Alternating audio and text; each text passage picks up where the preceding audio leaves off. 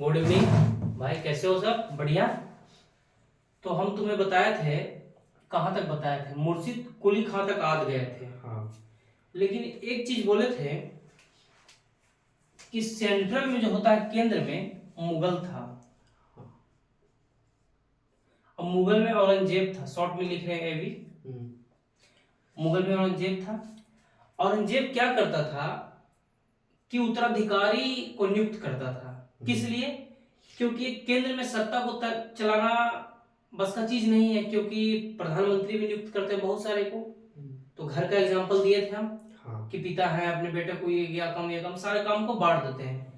तो सेम वही केस है यहाँ पे बाबू, कि जो मुगल है केंद्र में रहता था, अपने नीचे बहुत सारे सूबेदार को नियुक्त करता था। उस सूबेदार में जो मुर्शिद कुली खां था, वो बंगाल का सूबेदार था, दीवान था। लेकिन वहां पे दो पद होता है, एक सामान्य प्रशासन, एक राजस्व प्रशासन। लेकिन 1707 में औरंगजेब का मृत्यु हो जाता है। और जब 1707 में औरंगजेब का मृत्यु हुआ, जैसी मृत्यु हुआ, मुगल सत्ता कमजोर हो गया। तो मुगल सत्ता कमजोर होने के बाद अपने अपने राज्य जो है स्वतंत्र होने की कोशिश करते हैं। तुमको हम बताए थे मैप से भी कि हैदराबाद अलग स्वतंत्र हो जाता है, बंगाल अलग स्वतंत्र, अवध अलग स्वतंत्र हो जाता है। हो जाता है ना? तो बताया था कि स्वतंत्र होने का कोशिश करता है, स्वतंत्र हो भी जाता है। ठीक है। लेकिन बंगाल का जो नवाब बन जाता है वो मुर्शिद कुली खां बन जाता है। ये तो पता होगा, याद है? कुछ कुछ याद आया? मुर्शिद कुली खां बंगाल का नवाब बन जाता है। अब यहाँ पे देखना कि मुर्शिद कुली खां तो बंगाल का नवाब बन गया। लेकिन यहाँ पे एक चीज दिखाते हैं कि मुर्शिद कुली खां का फिर मृत्यु हो जाता है। मुर्शिद कुली खां का मृत्यु हो जाता है तो उसका कोई उत्तराधिकारी आएगा।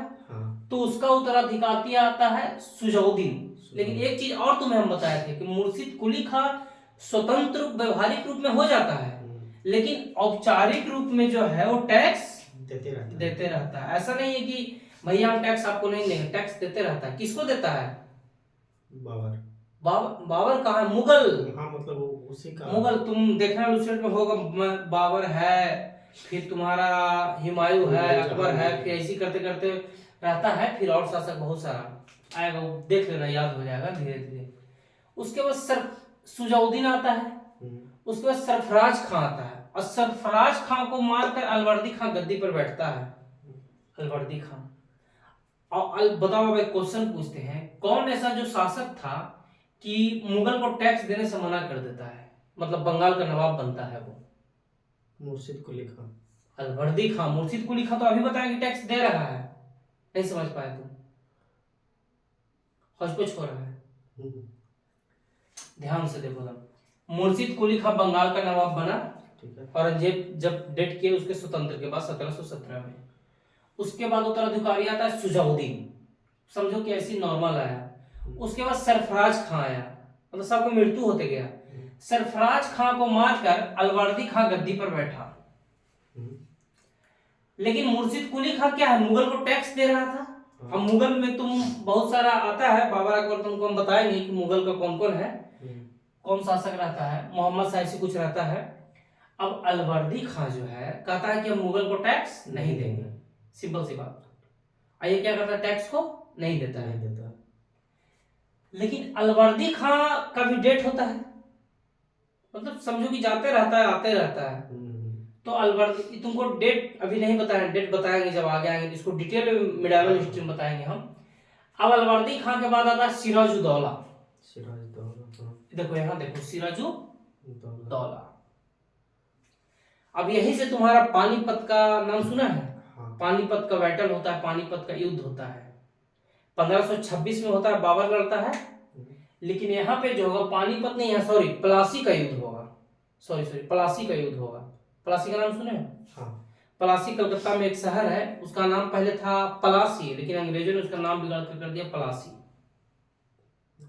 ठीक है, आधा पार बोल सकते हो, पूछ सकते हो। अब देखो, अब यहाँ पर तुम समझ गया, पिछला वाला क्या समझा? पूछते हैं क्वेश्चन। मुर्शिद कुली खां जो था वो टैक्स देता था मुगल को या नहीं देता था? देता था। अलवर्दी खां टैक्स देता था? नहीं देता था। अलवर्दी खां बंगाल का क्वेश्चन आएगा कि अलवर्दी खां बंगाल का ऐसा पहला नवाब बना जो मुगल को टैक्स देने से मना कर दिया। अलवर्दी खान। हाँ, सरफराज खां। अलवर्दी खां को अब किसको मारकर अलवर्दी खां गद्दी पर बैठा? अलवर्दी खान वो सरफराज खान को। पूछेगा, ये सब क्वेश्चन है। अच्छा। अच्छा, तुम्हारे दिमाग में क्वेश्चन आना चाहिए कि आखिर ऐसा क्या हुआ कि प्लासी का युद्ध हुआ? ऐसा क्या हुआ कि प्लासी का युद्ध हुआ? प्लासी का युद्ध कब होता है? 1757 में। ठीक है, हौच-पौच तो नहीं हो रहा है ना ना? ना ना होगा तो बोलेंगे ना। अब इस समझ में नहीं आ रहा है कि प्लासी का युद्ध कैसे हुआ और क्यों हुआ। सबसे बड़ी बात है तुमका स्टोरी फॉर्म में। तो कभी तुम्हारे मन में ये सोचने की कोशिश किया कि ऐसा क्या कारण बना कि ब्रिटिश भारत को गुलाम बना लिया? ऐसा क्या कारण बना कि ब्रिटिश का हम लोग गुलाम हो गए? इतना बड़ा जनसंख्या, इतना बड़ा देश, एक छोटा सा कंपनी, ईस्ट इंडिया कंपनी गुलाम कर लेता है। ब्रिटिश में कंपनी आता है उधर से, ब्रिटेन से कंपनी आता है यूरोपियन, और भारत पे कब्जा कर लेता है। तो मतलब बोला जाता है कि सब एक नहीं था, हम लोग एक नहीं थे। एक नहीं थे। तो आखिर एक क्यों नहीं थे? यही यहाँ पे बोले तो कि औरंगजेब का मृत्यु हुआ, सब स्वतंत्र होने का कोशिश किया करता है, सब स्वतंत्र रहता है, भारत जाति में, धर्म में सब विभाजन रहता है। लेकिन यहाँ पे, लेकिन फिर सोचो कि आखिर वो यूरोपियन क्यों आया भारत और क्यों बसना चाहा? आया था एक व्यापार के रूप में, एक व्यापारी के रूप में कि यहाँ पे व्यापार करेंगे, लेकिन यहाँ पे बस गया। कभी सोचे हो कि यहाँ पे आके बस क्यों गया भाई? आया तो व्यापार करने ना, लेकिन यहाँ पे बस गया। तो देखो यहाँ पर हम तुमको स्टोरी बताते हैं।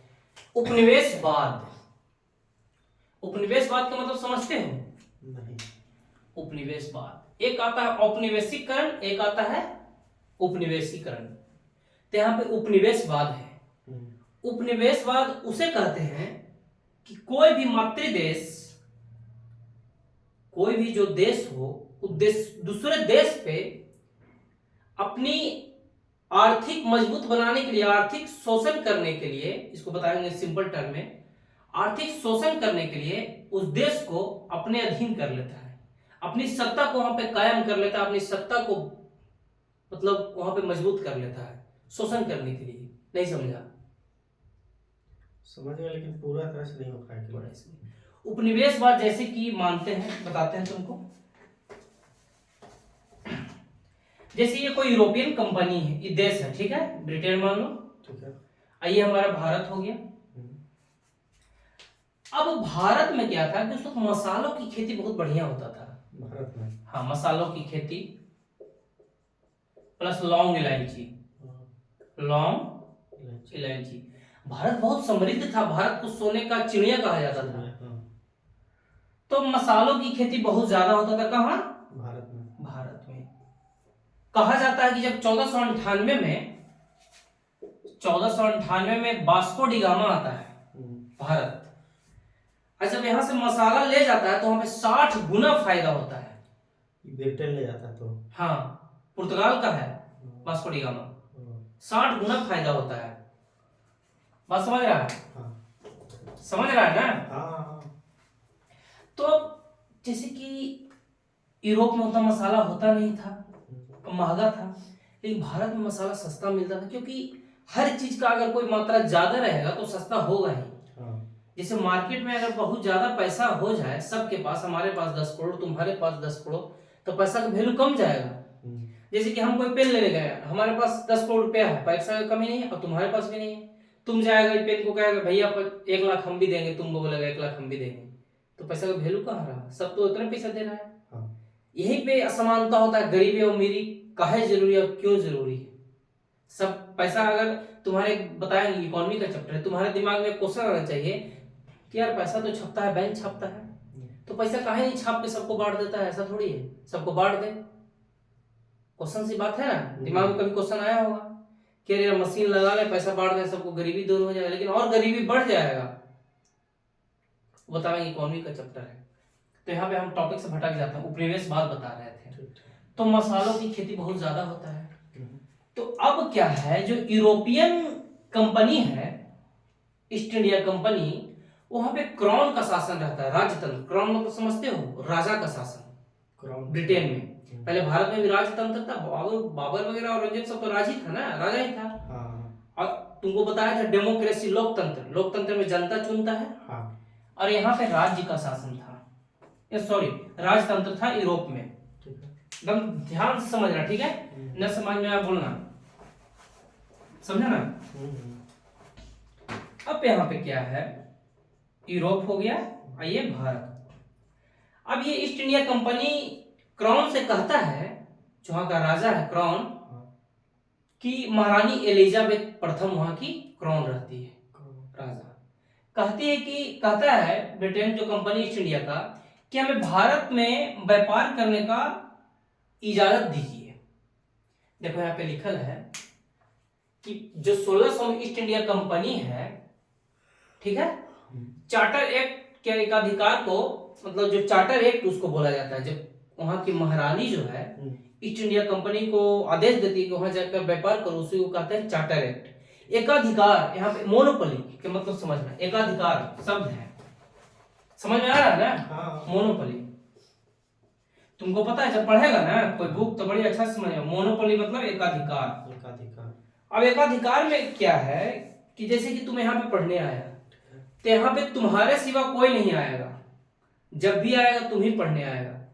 तो जब यहाँ पे तुम पढ़ने आया, तो यहाँ पे कंपटीशन की भावना नहीं है, क्योंकि जो हम बता रहे हैं सिर्फ तुम सीखेगा। हाँ। टेस्ट भी अगर ले रहे हैं तो तुम ही अकेले, तुम ही फर्स्ट आओगे, सब चीज तुम ही होगे, आराम से बैठोगे, कोई भीड़ भाड़ वाला सिस्टम नहीं है। तो ये क्या हुआ, एकाधिकार हो गया, मतलब एक आदमी का वहां पे प्रभुत्व सत्ता जमा हुआ है।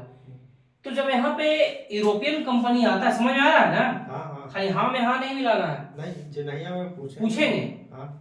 तो यूरोपियन कंपनियां भारत के पास आती है एकाधिकार प्राप्त करके, वहां की महारानी है जो एक अधिकार देती है कि तुम्हारे सिवा और कोई कंपनी नहीं जाएगा। वो कंपनी का नाम था ईस्ट इंडिया कंपनी, नाम सुना होगा, ईस्ट इंडिया कंपनी की स्थापना 1600 में होता है। अब यहाँ पे आया कि तुम्हारे सिवा यहाँ पे कोई व्यापार नहीं करे। अब यहाँ पे ये आया तो खूब मसाला था, खूब लौंग था, खूब इलायची था, खूब खरीदा सस्ता में और ब्रिटेन भेजा। तो यहाँ से क्या करता है, देखो एक एक्सपोर्ट और इंपोर्ट, आयात और निर्यात जानते हो किसको कहते हैं? आयात बताते हैं किसको, बताओ आयात किसको कहते हैं? आयात मीन्स होता है लाना, निर्यात मीन्स बेचना। बताएंगे तुमको आयात अधिशेष, निर्यात अधिशेष, इकोनॉमी का धीरे धीरे। तो अब क्या होता है कि ये क्या करता है कि आयात ना करके, आयात क्या कर, भारत से खरीदा और यूरोप में क्या किया, बेचा, यूरोप में बेचा।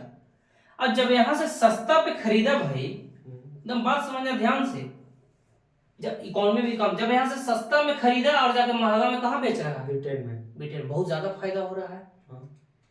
लेकिन अभी तुमको बताया कि 1498 में वास्को डी गामा आ चुका था। मतलब यूरोप में भी, यूरोप देखो, यूरोप वहां बहुत सारा कंट्री है, यूरोप में ऐसा नहीं सिर्फ ब्रिटेन है, फ्रांस है, जर्मनी है, इटली है, पोलैंड है, सब यूरोप का कंट्री है। एक रसिया ऐसा मतलब देश है कि जो कि एशिया में भी है, यूरोप में भी है, बताएंगे वहां पे है। तो अब क्या हुआ कि बहुत ज्यादा पैसा कमाया, फायदा हुआ। अब देखता है कि जैसे कि अभी मोहल्ला में हल्ला हो जाए कहीं भी, या दिल्ली में कहीं भी हल्ला हो जाए कि भैया वहां पे पैसा बट रहा है, खूब बट रहा है फ्री, तो लोगों का भीड़ लग जाएगा। और सिर्फ हमको मालूम है, मुझे मालूम है, तो हम ही अकेले जाएंगे, खूब पैसा कमाएंगे, खूब लूटेंगे पैसा। तो अब मालूम हुआ, किसको मालूम हुआ? यूरोप को। यूरोप में बहुत सारा कंट्री है, सिर्फ एक ही पहले व्यापार करता था। अब मालूम हुआ, अब होड़ मच गया, बहुत सारे यूरोपियन कंपनी आई, बहुत सारा यूरोपियन एक बताएंगे तुमको। 1498 में वास्को डी गामा, आगे पढ़ाएंगे। 1498 में जब वास्को डी गामा आता है भारत, तो कालीकट बंदरगाह पे उतरता है, उसका राजा जमहूरी स्वागत करता है, वही देता है मसाला, तो 60 गुना फायदा होता है वहां पे। तो घोड़ मचा हुआ था, बहुत सारा मतलब पुर्तगाली आते हैं, डच आते हैं, डेनिश आते हैं, फ्रांस आते हैं, ये सब पढ़ेगा, आगे बताएंगे, क्रम बताएंगे।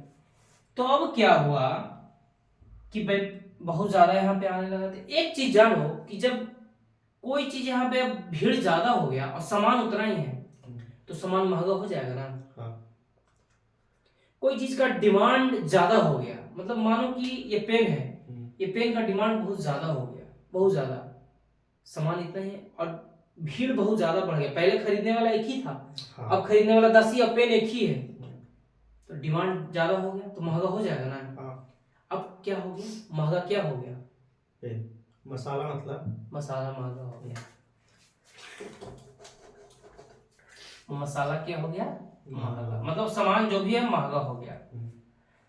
अब महंगा हो गया तो अब जो कंपनियां थी, यूरोपियन कंपनियां, बहुत सारे आपस में टकराव शुरू हो गया, लड़ाई झगड़ा होने लगा, आपस में लड़ाई झगड़ा, कॉन्फ्लिक्ट बोलते हैं, टकराव शुरू हो गया। अब टकराव किस बात का होने लगा, किस बात का, महंगाई, जो महंगाई हो गया। अब उस पहले से तो अकेले व्यापार कर रहा था, पूरा जीत रहा था, दम बहुत खुश था। अब टकराव, अब क्या करता था इन लोग कि एक दूसरे का जहाज को डुबोना शुरू कर दिया समुद्र में, वो उसका जहाज डुबा दे रहा है, वो उसका जहाज डुबा दे रहा है। लेकिन जब जो जहाज तो डुबा दे रहा है भाई, तो इससे तो फायदा हो रहा है, चलो कि डुबा दिया, लेकिन उसके साथ जो कंपनी बैठाया था उसका भी सुरक्षा जरूरी था। तो क्या किलेबंदी शुरू कर दिया। किलेबंदी समझते हो, नहीं, ये कोई कंपनी है मेन सेंट्रल में, चलो कि दिल्ली में ये कोई कंपनी है।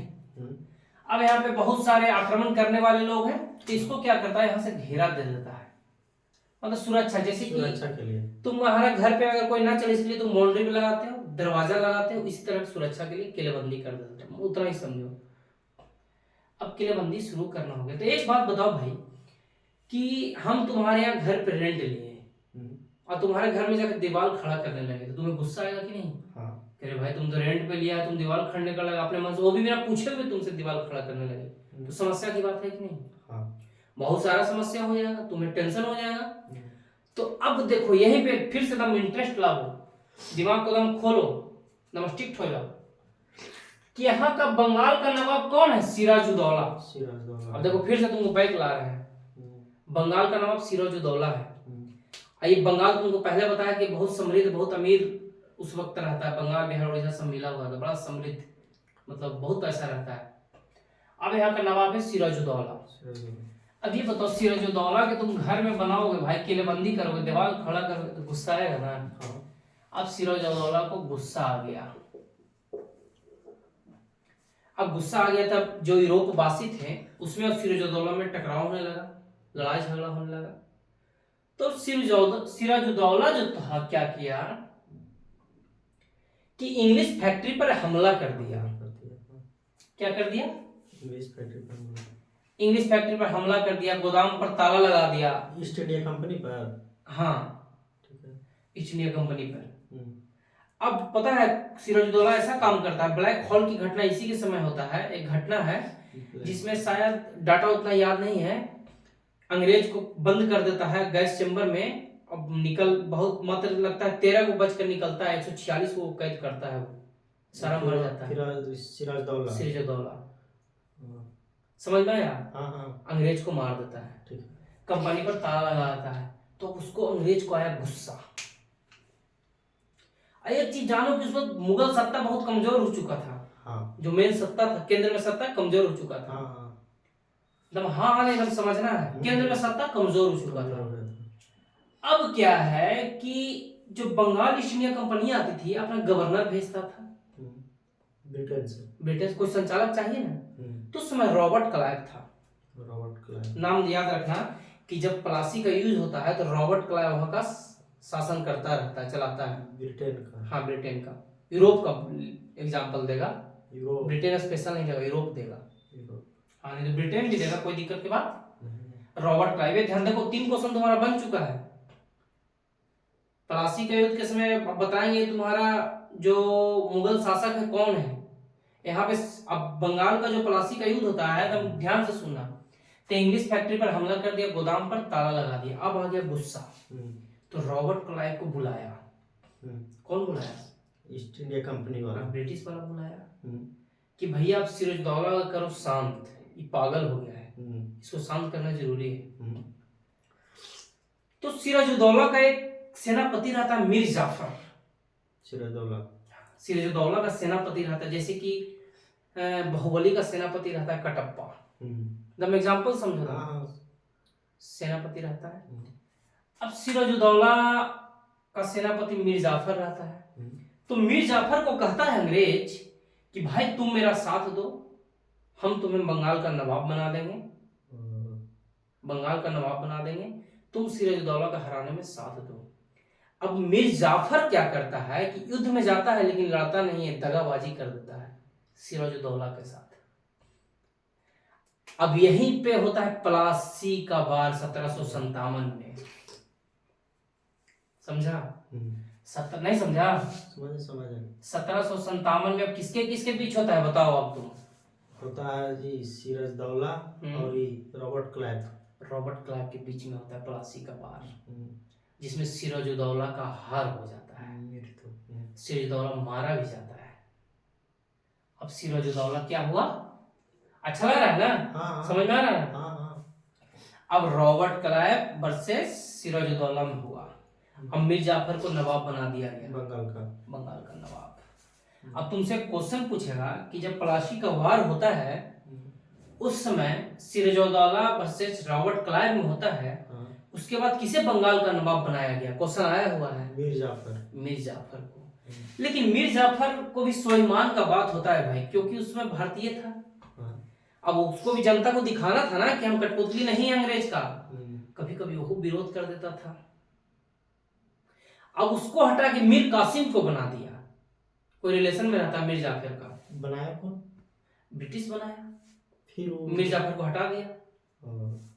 अंग्रेज अब बहुत कमजोर हो चुका है, बंगाल का नवाब मीर सिराजुद्दौला के मरने के बाद। जो कठपुतली पे बनेगा, जो हमारे इशारे पर अगर कोई चल रहा है, अगर हम उसको खाना दे रहे हैं, पीना दे रहे हैं, तो हम जो कहेंगे जो सुनेगा ना। या हमको कोई दे रहा था जो कहेगा जो सुनेगा ना बात। जैसे कि तुम्हारे पिताजी कहेंगे कि बाजार जाओ, तो तुम ऐसा थोड़ी कहेगा नहीं जाएगा, मन नहीं है चलो। लेकिन पिताजी अगर तुम्हारा खर्चा बंद कर दे तो सब बंद। तो सेम वहां पे कंसेप्ट है कि एकदम मालिक करता कौन हो गया, दाता करता कौन हो गया? ब्रिटिश। उसको नवाब बनाया है। तो अब मीर जाफर कभी कभी विरोध कर देता था कि भैया ऐसा नहीं होगा यार, सब चीज ऐसा थोड़ी होता है, हम भी अपना मन से शासन चलाएंगे। तो अंग्रेज का ऐसा नहीं होता है, जो कह रहे हैं जो सुनो, क्योंकि बंगाल एक समृद्ध था, उसको लूटना था खजाना ब्रिटिश को। अब मीर जाफर को हटाकर बनाता है मीर कासिम को। मीर कासिम और खतरनाक, वो और बड़ा विरोध कर दिया। इसमें बताएंगे, राजधानी भी चेंज करता है। किसका विरोध कर दिया? ब्रिटिश का। मीर जाफर के हटा मीर कासिम को बनाया। अब मीर कासिम विरोध कर दिया। अब विरोध कर दिया तो कहा अब इसको भी लगता है संट करना चाहिए, मीर कासिम को भी। रॉबर्ट क्लाइव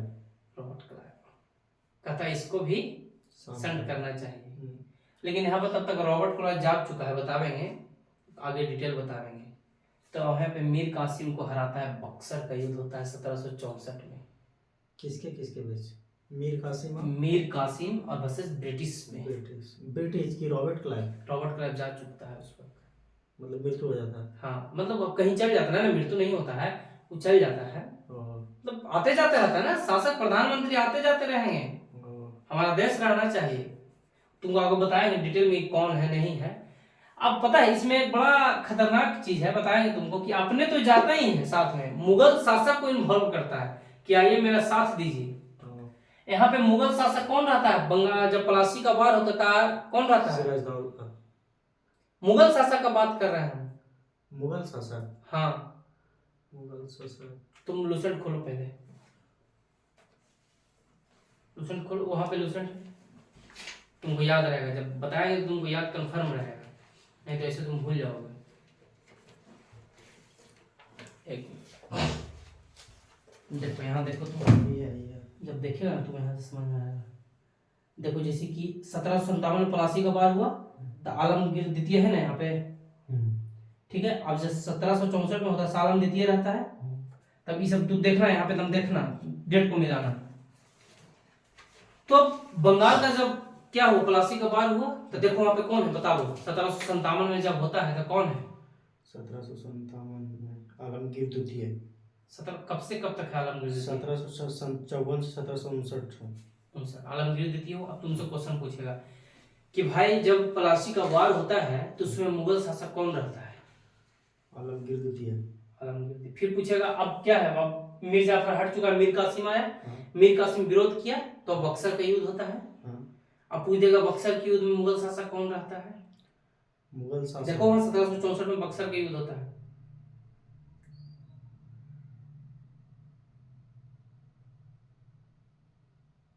देखो 1764 में बोला है। हाँ, शाह आलम द्वितीय है, देखो है शाह आलम द्वितीय है ना। डेट मिला 1764 मत मिला एग्जैक्ट, जैसे रोल नंबर कैसे देखते हो इतना की इतना के बीच में। हाँ 1759 1806। तो पता है ये मीर कासिम अपने भी जाता है, हम कहता है शाह आलम द्वितीय कि हमको भी बोला साथ दीजिए, ये भी आता है।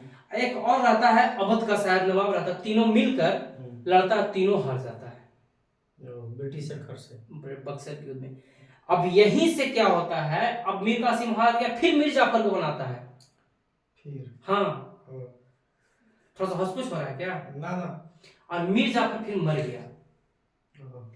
अब यहां से ब्रिटिश खुद नवाब बन जाता है। अब यहीं से भारत पे शासन करने लगता है कौन? ब्रिटिश। पूर्ण रूप से शासन करने लगता है। कहता भैया अब हम अखंड राज अकेला जिएंगे। अब हो गया क्लियर यहाँ से। अब क्वेश्चन पूछें, बताओ ऐसा जो प्लासी का वार होता है 1757 में किसके और किसके बीच में होता है? प्लासी का युद्ध। प्लासी का युद्ध होता है सिराजदौला और यूरोप का रॉबर्ट क्लाइव। हाँ। बक्सर का युद्ध किसके किसके बीच होता है? बक्सर का युद्ध होता है कासिम और ये आगे बताएंगे तुम, ब्रिटिश सरकार। हाँ डिटेल फिर बताएंगे, और बहुत चीज में स्किप कर दिए हम क्योंकि मोड फिर से पढ़ाएंगे ना हमें डबल। बस यही था स्टोरी, समझ में आया? हाँ थोड़ा सा हमारा ये नहीं समझ में आया जो आप बोले ना किसके बीच किसका अर्थी था।